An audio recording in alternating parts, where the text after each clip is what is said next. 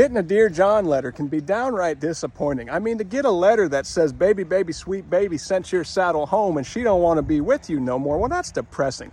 Dear Matt letters are far more entertaining. They're normally full of explicits. They're always anonymous, and they always leave me with a chuckle. They're normally written by bureaucrats or angry employees of these government institutions that are just incompetent. So they go ahead and blame me for showing you just how bad they are at their job. Case in point, when it comes to phosphate mined land in the state of Florida, the federal EPA has no jurisdiction over it. They say that the Florida Department of Environmental Protection is the lead agency. And then when you reach out about radiation concerns on formerly mined lands, the Florida Department of Environmental Protection will point you to the Florida Department of Health because they're the lead agency on radiation, they say. And the Florida Department of Health will lie to you while they're out there conducting a radiation test and tell you things like this. There's a high level or a normal level, but either way, no matter what the level is,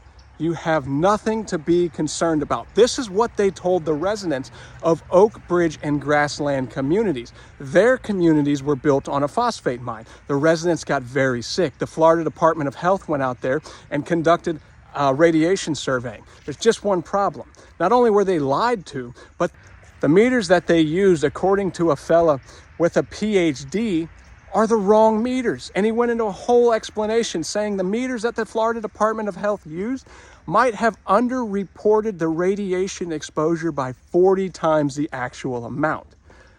Where have I heard a bureaucrat go in, find radiation, and then tell us there's absolutely nothing to be worried about? Oh yeah, it was here at Edward Medard Park. I found the radiation. Hillsborough County bureaucrats hired a third party that wasn't the Department of Health. They found the radiation, recommended a 3.5 hour time limit per day exposure time for the radiation.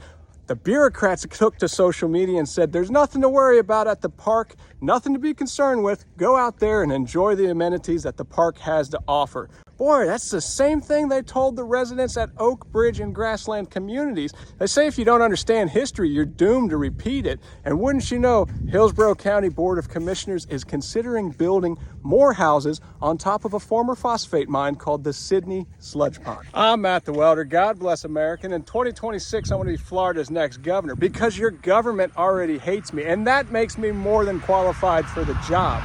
But I need all the help I can get. If you like these videos, share them. And if you can, donate at mattthewelder.com.